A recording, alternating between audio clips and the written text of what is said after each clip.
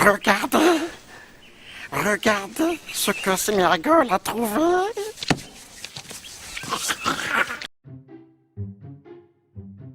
D'après Galilée, le grand livre de la nature est écrit en langage mathématique. À travers cette capsule, nous allons voir un chapitre de ce livre consacré au circuit RC. Pour introduire cette capsule, observons l'image suivante qui représente une personne en train de jouer avec son smartphone. Elle pilote un vaisseau grâce à ses doigts. La question que nous allons nous poser, c'est la suivante. Comment fonctionne un écran tactile de smartphone? Pour cela, d'abord, nous allons voir ce qu'est un condensateur en électronique. Puis, nous étudierons la charge d'un condensateur à travers une résistance. Et enfin, nous verrons les capteurs capacitifs. Qu'est-ce que l'intensité du courant électrique? Pour la définir, cette intensité, nous allons utiliser le circuit électrique ici très simple, avec ici un générateur de tension continue, avec la borne plus et la borne moins, et donc une lampe. Ces deux composants sont reliés par des fils conducteurs.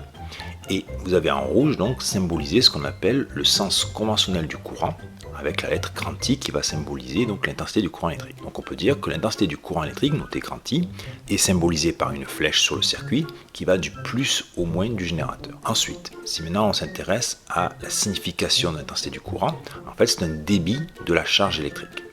Donc mathématiquement, si l'intensité est constante, on peut le définir ainsi, I égale delta Q sur delta T, où Q va s'exprimer en coulombs, T en secondes, et I ce sera donc des coulombs par seconde, ou dit autrement des ampères. Maintenant, si l'intensité est variable, c'est-à-dire si elle dépend du temps, déjà on va la symboliser par un I minuscule à la place du I majuscule, et on va remplacer les deltas par des D.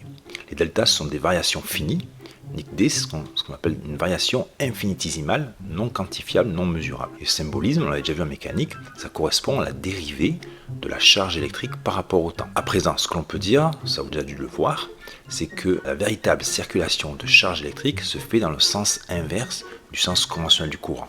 Pourquoi? Parce qu'en fait, ceux qui vont transporter les charges électriques sont les électrons, plus précisément les électrons libres du métal avec lequel sont faits les fils conducteurs. Ces électrons libres portent une charge négative et donc vont être attirés par la borne plus générateur, donc vont circuler de la borne moins à la borne plus du générateur. Qu'est-ce qu'un condensateur? Un condensateur, pour répondre à cette question, je vais le définir avec le schéma qui est ici. Vous voyez, là, il y a deux plaques qui vont être séparées par un isolant. Et donc, ce condensateur, là, il est soumis à une tension grâce à cette pile-là. Donc, on peut dire qu'un condensateur, c'est un dipôle électrique, donc un composant électrique qui est constitué de deux pôles. Et il va comprendre deux plaques conductrices, qu'on appelle aussi les armatures, et il va être séparé par un isolant. Donc c'est l'espace qu'il y a entre les deux plaques ici. Voici comment on va le symboliser, avec deux traits verticaux, et donc un espace entre ces deux traits, signifiant qu'il y a bien un isolant, donc le courant ne pourra jamais traverser ces deux plaques ici. Je fais apparaître le courant I qui va permettre de charger les plaques du condensateur. Je le fais apparaître aussi ici. Et je fais apparaître ce qu'on appelle les charges qui vont s'accumuler sur chaque plaque. Donc ces charges vont être égales au signe près. Donc là, on va avoir des charges positives, là des charges négatives. Concrètement, là, ce sera une absence d'électrons. Et là, une présence d'électrons. Ensuite, il apparaît donc une tension au bord des deux plaques. Cette tension, on la notera U de C. U comme la tension, sauf qu'on prend une lettre minuscule pour dire que cette tension va varier au cours du temps, c'est la première lettre du mot condensateur.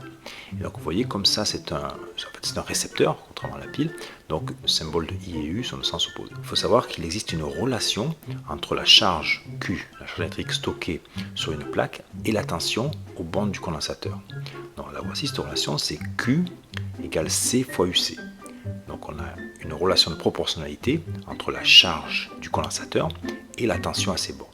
Et le coefficient de proportionnalité, c'est ce qu'on appelle la capacité du condensateur qui s'exprime en farad. De quoi dépend cette capacité du condensateur? Donc voilà la relation qui permet de relier la capacité du condensateur aux caractéristiques du condensateur. S, ça va être la surface d'une plaque. E, c'est en fait la distance qui va séparer les deux plaques. Et epsilon ici va caractériser la nature de l'isolant. Donc je fais apparaître ici les unités. S s'exprime en mètres carrés, c'est une surface. E en mètres. C, on vient de le voir, c'est en farad. Et donc le epsilon ici, ça sera donc des farads par mètre. E, c'est bien la permittivité de l'isolant. L'expression de I. Alors par la suite, on va beaucoup utiliser cette expression-là. La diapo précédente, on a dit que I, c'était la dérivée de la charge par rapport au temps. Donc je fais réapparaître cette relation ici. Maintenant que l'on sait comment s'exprime Q en fonction de UC, donc je vais dériver ça par rapport au temps.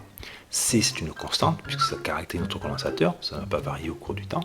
Par contre U de C va varier. Donc je peux dire que I c'est égal à C D de UC sur D de T. Donc voilà la relation qu'il faut retenir de l'expression de l'intensité en fonction de la tension aux bornes du condensateur. Nous allons étudier la charge d'un condensateur. Pour ça, nous allons utiliser le circuit suivant, symbolisé ici, avec ici un générateur de tension constante, ici un condensateur et là une résistance. Vous avez ici un interrupteur, là je vous fais apparaître la tension au bord du condensateur parce que justement c'est ça que nous allons étudier. Le but ça va être de trouver l'expression de la tension au cours du temps lorsque l'interrupteur va passer de la position 2 à la position 1. Donc lorsqu'il est sur la position 1, en fait, le condensateur est déchargé, et en fait, c'est déchargé à travers la résistance, et lorsque l'on passe d'un seul coup à la position 1, il va être soumis à une tension continue, et donc il va se charger. C'est bien ce que l'on va étudier, c'est la charge d'un condensateur de capacité C par une tension constante, qui va être ici, à travers une résistance R. Alors juste une petite parenthèse là-dessus. Tout à l'heure, on a vu que le condensateur il est caractérisé par sa capacité, qu'on exprime en farad, qui se note grand C, et la résistance, à la fois c'est le nom du composant et le nom de la grandeur qui va caractériser le composant. Passons à ce qu'on appelle la condition initiale, c'est-à-dire on va se poser la question, quelle est la tension au bord du condensateur à T égale à 0. Donc à T égale à 0, l'interrupteur était sur la position 2 là, donc sa tension est nulle. Maintenant nous allons établir ce qu'on appelle l'équation qui va lier les différentes tensions de notre circuit. En fait nous avons trois tensions. Il y a la tension au bord du générateur, notée grand E ici, la tension au bord du condensateur et la tension au bord de la résistance. Alors les flèches que vous voyez là, c'est ce qu'on appelle le symbole des tensions, qui contrairement à l'intensité ne se font pas sur le circuit, mais à côté du circuit, aux bornes des différents dipôles. Donc ici cette flèche, vous voyez, elle est en rouge et ici les deux flèches sont en vert. Pourquoi? Parce qu'en fait là on a ce qu'on appelle un générateur. Donc le générateur symbolise par une flèche qui est dans le même sens que l'intensité. Vous voyez, si je prolonge ici, enfin, si je fais apparaître l'intensité de ce côté-là, elle sera dans le même sens que eux. Par contre, de ce côté-ci, comme eux sont des récepteurs, eux, leur tension sera dans le sens opposé. Donc dit autrement, le générateur lui impose au circuit une différence de potentiel qui va être utilisée par le reste du circuit. Donc lui, c'est bien le générateur, et les récepteurs, eux, utilisent cette différence de potentiel pour fonctionner. C'est pour ça que l'équation qui va relier les tensions peut être écrite comme ceci. E, donc la tension dérivée par générateur, va être utilisée par le condensateur et par la résistance. Là, je vais modifier cette expression-là. Donc tout d'abord, pour la résistance, je vais appliquer la loi d'Ohm, qui dit que la tension pour une résistance, c'est R fois I. Ensuite, je vais vous rappeler, tout à l'heure, on avait exprimé l'intensité en fonction de la tension. On avait dit que I, c'était C d de UC sur dt. Donc je peux dire que E, c'est UC plus RC d de UC sur dt. Une fois que je suis là, je vais poser taux. Vous verrez plus tard, on va appeler ça la constante de temps, qui est le produit de R fois C. Et donc on obtient la relation suivante, E égale UC plus taux d de UC sur dt. Et une fois que je suis là, je vais le transformer pour le mettre sous une forme, on va dire, classique. Donc on écrit d de UC sur dt plus UC sur taux égale E sur taux. Donc comment je suis passé de là à là? En fait, j'ai tout divisé par taux. Et donc là, on obtient ce qu'on appelle l'équation différentielle du premier ordre avec second ordre. Tout d'abord, c'est bien une équation, parce qu'en fait, notre inconnu, c'est UC. Nous, on cherche à établir l'expression de UC au cours du temps. Ensuite, on dit qu'elle est différentielle, parce qu'apparaît ici une dérivée. Alors, différentielle du premier ordre, parce que c'est une dérivée première. Vous verrez plus tard qu'il existe aussi des dérivées secondes. Donc à ce moment-là, on aurait dit que c'est une équation différentielle du second ordre. Et avec second membre, ça veut dire que là, ici, il y a un second membre constant, différent de 0, qui est égal ici à E sur taux.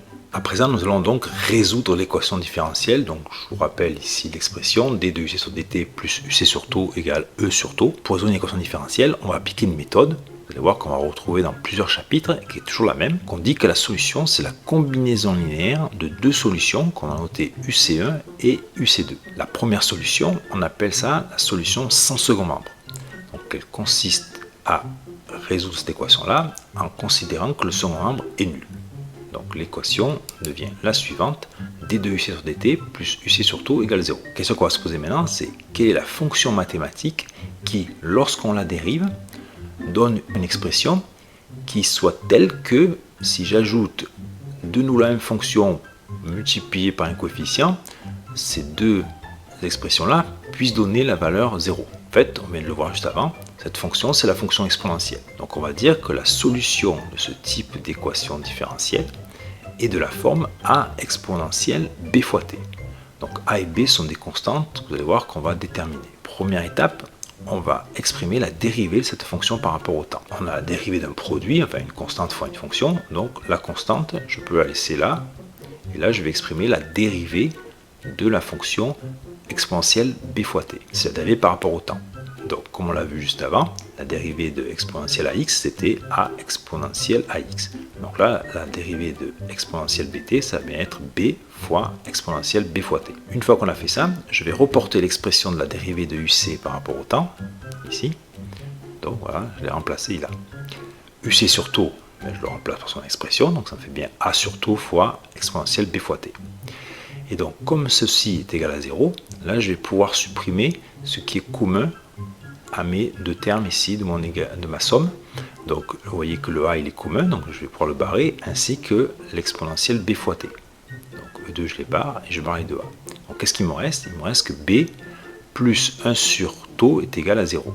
Donc, dit autrement, b égale moins 1 sur taux. Là, j'ai identifié l'une des constantes de mon expression de UCE. Il m'en reste une deuxième, vous verrez qu'on va la trouver uniquement à la fin. Donc maintenant, je peux écrire l'expression de UC, c'est a exponentielle moins t sur taux.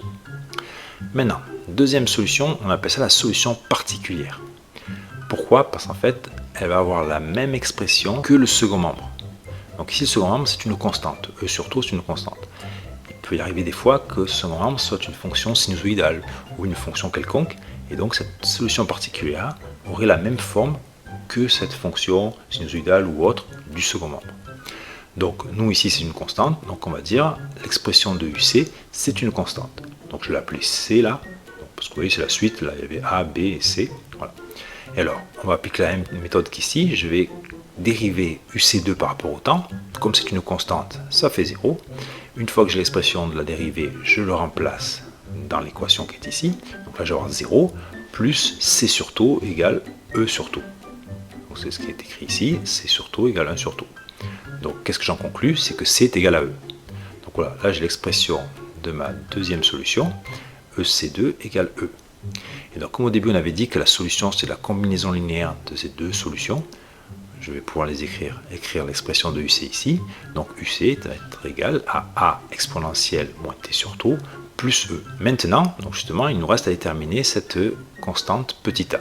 Donc pour ça, on va utiliser ce qu'on appelle la condition initiale, qui était, vous vous rappelez, à t égale à 0, la tension au bord du condensateur est nulle. Donc je vais appliquer cette condition initiale. Donc je vais dire 0 pour UC, je vais remplacer t par 0, donc exponentielle de 0 ça fait 1, UC qui vaut 0 égale A plus E.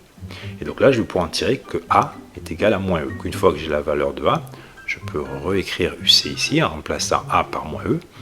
Donc voilà ce que j'obtiens. Si je mets E en facteur, j'obtiens E facteur de 1 moins exponentielle moins t sur taux. Donc voilà la solution de l'équation différentielle qui est ici. Et donc c'est l'expression de UC au cours du temps. Quelle est la représentation de UC en fonction du temps? Voilà l'expression de UC en fonction du temps qu'on a établie juste avant. Donc c'est E facteur de 1 moins exponentielle moins t sur taux. Là, je vous fais apparaître donc justement la représentation de UC au cours du temps. Et là, donc, puisqu'on va s'appuyer dessus, le schéma électrique nous a permis d'étudier la tension au bord du condensateur. Premièrement, on va vérifier que le tracé correspond bien à l'expression de UC. Lorsque t vaut 0, si je remplace ici t par 0, ça me fait exponentielle de 0, et ça on a vu que ça est égal à 1, donc 1 moins 1, 0, donc la tension est bien nulle, et c'est bien ce qu'on a ici. Ensuite, lorsque t tend vers l'infini, donc exponentielle de moins l'infini, ça fait 0. Donc là, on a E que multiplie 1. Et donc, la valeur de UC tend vers E. Et donc, mathématiquement, on appelle ça une asymptote. Vous voyez, je la trace ici, c'est une asymptote horizontale. Donc, c'est la valeur vers laquelle tend UC lorsque t tend vers l'infini. Alors, qu'est-ce que ça signifie d'un point de vue physique? C'est-à-dire, dans un premier temps, donc entre là et là, le condensateur va se charger. Donc, il va y avoir un courant qui va circuler jusqu'à ce que les deux armatures soient chargées. Une fois qu'elles sont chargées, le courant ne va plus circuler. Donc la tension au bord de la résistance va être nulle. R fois I sera égal à 0 puisque I vaut 0. Donc la tension au bord du générateur va intégralement se retrouver au bord du condensateur. C'est pour ça qu'on a UC est égal à E. On va voir quelle est l'expression de UC lorsque T est égal à taux. Donc il suffit de remplacer T par taux dans l'expression. Donc ça fait 1 moins exponentielle de moins 1. Si on fait ce calcul, on trouve 0,63. Donc UC est égal à 0,63 fois E lorsque petit t est égal à taux. Donc là, je vous fais apparaître donc, la valeur de petit t égale taux. Et donc là, ce qui va correspondre au niveau de l'ordonnée, c'est 0,63 fois E. Alors cette technique permet, connaissant à partir du tracé, on va dire, de retrouver la valeur de taux et ensuite de retrouver soit la valeur de la résistance, soit la valeur de la capacité du condensateur. Maintenant, je vais vous montrer une deuxième façon d'interpréter cette courbe. Donc là, je vous ai réécrit l'équation, l'expression de UC, sauf que j'ai développé en fait celle qui était ici. Donc là, j'ai un premier terme et là, un deuxième terme. On va essayer de comprendre à quoi correspondent ces deux termes. Pour ça, je vais diviser ici le tracé en deux parties. Ici, à partir du moment où la tension est une constante, on appelle ça le régime permanent. UC est une constante, ne dépend plus du temps. En fait, ça correspond à ce qu'on appelle la solution particulière. C'est ce qu'on a vu et qui était égal à E. Vous savez, c'était le UC2 qui était égal à 2. Par contre, avant, on a ce qu'on appelle le régime transitoire. Ça veut dire que là, la tension UC dépend du temps. Donc là, en fait, ça correspond à la solution sans second membre. Et donc, c'est le premier terme qui est devant ici. Donc on peut dire que UC, c'est la somme de la solution sans second membre plus la solution particulière. La solution sans second membre correspond au régime transitoire. Et ensuite, on a le régime permanent lorsque la tension est constante. Et ça correspond à la solution particulière. Comment varie l'intensité du courant pendant la charge du condensateur? Là, je vous fais apparaître l'expression de la tension UC. Et ce qu'on va faire, on va dériver donc, la tension UC par rapport au temps. Donc la dérivée de E, c'est 0. Par contre, la dérivée de la solution sans second membre, on va y aller doucement. Donc, on va d'abord dériver exponentielle moins t sur taux. Ça va nous faire moins 1 sur taux, exponentielle moins t sur taux. En fait, c'est ce qu'on obtient là. Et le moins 1 sur taux que multiplie moins E, ça fait E sur taux. Maintenant que là, je vais pouvoir remplacer D de UC par rapport au temps par cette expression-là. Et ça va me donner ceci. Donc, C fois E, que divise taux, exponentielle moins t sur taux. Maintenant, je fais apparaître l'expression de taux qui est égale à R fois C. Donc ça me fait I égale CE que divise RC, exponentielle moins t sur taux. Je simplifie, vous voyez que le C il est au numérateur et au dénominateur. Donc ça me fait I égale E sur R, exponentielle moins t sur taux. Donc maintenant je vous fais apparaître le tracé de cette fonction-là au cours du temps. On va juste vérifier une compatibilité entre l'expression et le tracé. Lorsque t vaut 0, donc je remplace t par 0, là ça me fait exponentielle de 0, ça fait 1. Donc je retrouve bien la valeur à t égale à 0 de I qui est égale à E sur R. Lorsque t tend vers l'infini, donc exponentielle de moins l'infini, ça fait 0, donc i tend vers 0. C'est ce que vous voyez ici. Donc on a une fonction décroissante, on part de E sur R, la valeur maximale, et on tend vers 0. Concrètement, à quoi ça correspond? Dans le premier temps, donc, on a le régime transitoire, c'est lorsque le condensateur est déchargé, on le met au contact donc, du générateur de tension constante, et donc il va y avoir un courant qui va s'établir, qui va permettre de charger le condensateur. Une fois que les deux armatures du condensateur sont chargées, il n'y a plus de courant, la tension pour le condensateur est égale à E, et plus aucun courant ne circule. Comment se présente un condensateur en électronique? Voici une photo d'un condensateur. Vous voyez dessus apparaît deux valeurs numériques. La première justement c'est la capacité du condensateur, donc ici 100 microfarad. Et la deuxième c'est ce qu'on appelle la tension maximale qui va pouvoir supporter le condensateur. Dit autrement, si on dépasse cette tension là, en fait le diélectrique, donc l'isolant qui est situé entre deux armatures, ne va pas résister. Et il va laisser passer les charges, donc il ne va plus jouer son rôle d'isolant, donc le condensateur sera détérioré. Dans le premier terminal, on va surtout voir les condensateurs comme des capteurs. Tout d'abord, je vais vous définir ce qu'est un capteur. Ça va être un système qui va être sensible à une grandeur physique, qui peut être la température, le débit, la pression, le mouvement, la force, et qui va transformer cette grandeur physique en un signal électrique. Alors, le signal électrique peut être soit analogique, soit numérique. Analogique, c'est une variation continue d'une tension ou d'une intensité. Et un signal numérique, c'est-à-dire qu'on numérise le signal analogique, c'est-à-dire que ça va être une suite de 0 ou de 1. Pour bien comprendre cette notion de capteur, je vous fais apparaître ici deux instruments, on va dire, qui mesurent la température. Alors le premier, ici, on a un thermomètre à dilatation. Là, on a un réservoir d'alcool coloré qui va se dilater en fonction de la température. Et donc ici, on va relever le niveau de l'alcool dans le petit capillaire qui est ici. Et donc, on va pouvoir lire directement la température. Mais il ne va pas nous fournir un signal électrique. Donc lui, on peut dire que ce n'est pas un capteur. D'accord. Contrairement à celui-ci, donc, il va nous afficher directement la température là.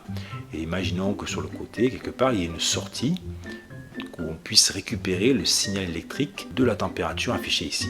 Donc on pourrait très bien relever sur l'ordinateur ou stocker sur l'ordinateur les valeurs au cours du temps. Donc là on a bien affaire à un capteur. Alors lorsqu'on utilise un condensateur comme capteur, sa capacité C doit varier en fonction de la grandeur physique à mesurer.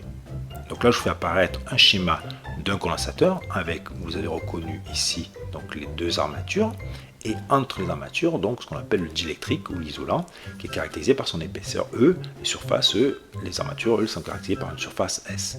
Et la nature du diélectrique elle va être caractérisée par le petit epsilon, on appelle ça la permittivité. Donc C égale epsilon S sur E. Imaginons que l'épaisseur du diélectrique varie. Alors, ce serait le cas ici, vous voyez une armature ici en bleu serait fixe et l'armature en rouge pourrait se déplacer. En premier temps, à t égale à 0, elle serait ici et imaginons qu'elle monte, donc l'épaisseur E va augmenter. Conclusion, la capacité du condensateur va diminuer. Donc la mesure de C permet de déterminer l'épaisseur E.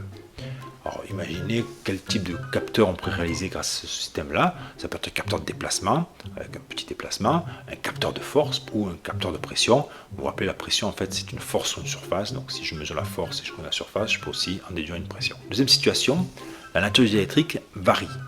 Alors là il faut imaginer, donc vous voyez ça serait on va dire un gros condensateur avec les deux armatures A et B. Et donc l'espace qui est entre B et A, ça va constituer le diélectrique. Dans un premier temps, imaginons qu'il soit immergé dans un liquide avec une hauteur seulement de E1. Et maintenant le liquide monte, donc la hauteur du diélectrique qui est immergée serait E2. Donc qu'est-ce qui va se passer? Le epsilon ici va varier. Donc la mesure de la capacité du condensateur permet de calculer le epsilon, donc de remonter aussi à la hauteur à laquelle est rempli, on va dire, le diélectrique par le liquide. Ainsi, on peut réaliser des capteurs de niveau de liquide. Pour conclure, revenons à la question qu'on s'était posée lors de l'introduction et qui était la suivante. Comment fonctionne un écran tactile de smartphone? Alors là, je vous fais apparaître un schéma qui représente donc la composition d'un écran. Donc tout en bas, nous avons l'écran LCD. C'est là que vont apparaître les images, etc. Au-dessus, on va avoir un verre protecteur. Et entre cet écran LCD et ce verre protecteur, il va y avoir deux grilles. Des grilles verticales et des grilles horizontales. En fait, ces grilles vont correspondre à des armatures. Donc chaque trait, en fait, va correspondre à une armature. Alors voici une représentation. En fait, ça c'est une armature, par exemple, chargée négativement. Et là, une armature chargée positivement. Si on n'approche pas notre doigt du verre protecteur, en fait, la tension mesurée aux bornes des deux armatures va être constante. Par contre, maintenant, imaginons que j'approche mon doigt. Le doigt, qu'est-ce qu'il va faire? Une fois qu'il va toucher le verre protecteur, il va attirer à lui les charges négatives. Donc, conséquence, la charge là va être modifiée, la tension aux bornes du condensateur mesuré là va être modifiée, et ainsi on va pouvoir repérer, par exemple, si je mets mon doigt par ici, donc là je vais mesurer une tension qui aura varié, donc là ça va m'indiquer que le doigt a touché cette partie-là de l'écran. Ensuite, la grille horizontale va me permettre de localiser, c'est plus ou moins haut ou bas par rapport à là, les deux signaux vont pouvoir me permettre de localiser précisément l'endroit où le doigt a touché le verre protecteur. Je vous remercie pour votre écoute et je vous souhaite bon vent les scientifiques. Allez, va-t'en et ne reviens jamais.